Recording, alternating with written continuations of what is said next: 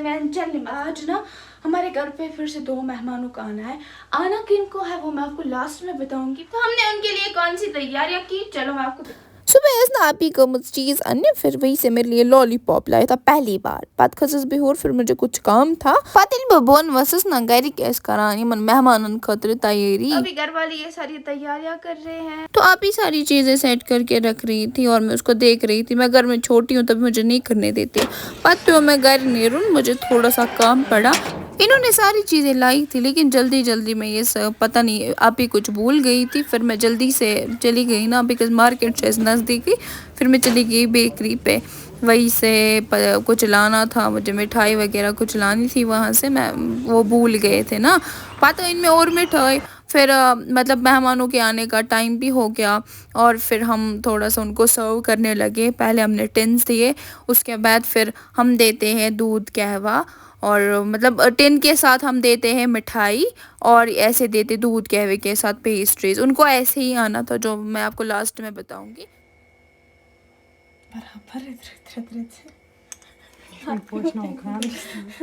फिर घर वाले बैठे थे ना मेहमानों के पास तो मैंने खाया क्रीम बन, ये मैंने लाया था वही बेकरी से अपने लिए बिकॉज मुझे क्रीमी चीज़ें पसंद है। फिर घर वालों ने बोला ऊपर से नून चाय कप्स लाओ, लेकिन मैंने अनफॉर्चुनेटली लिप्टन चाय के लाई बिकॉज लेट हो गया था। फिर हमने उसी में दे दिया उनको।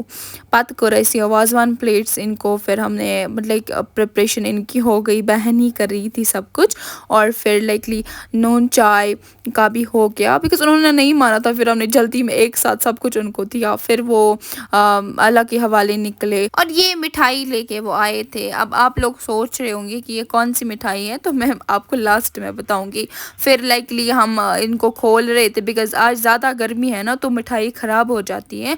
तो फिर हमने इनको फिर सेपरेट करके रख दिया और फिर हम रख रहे थे ना, फिर इनको खुद को हमने कुछ भी नहीं खाया, हमने फिर नेबर्स को ही दिया। फिर बहन और मैं निकले शाम को और हमने वो सारा कुछ बांट दिया मेहमानों बिकॉज आज गर्मी में मिठाई ख़राब हो जाती है। फिर वहाँ से आके फिर मैं देख रही थी ये बेबी के लिए कुछ ड्रेसेस।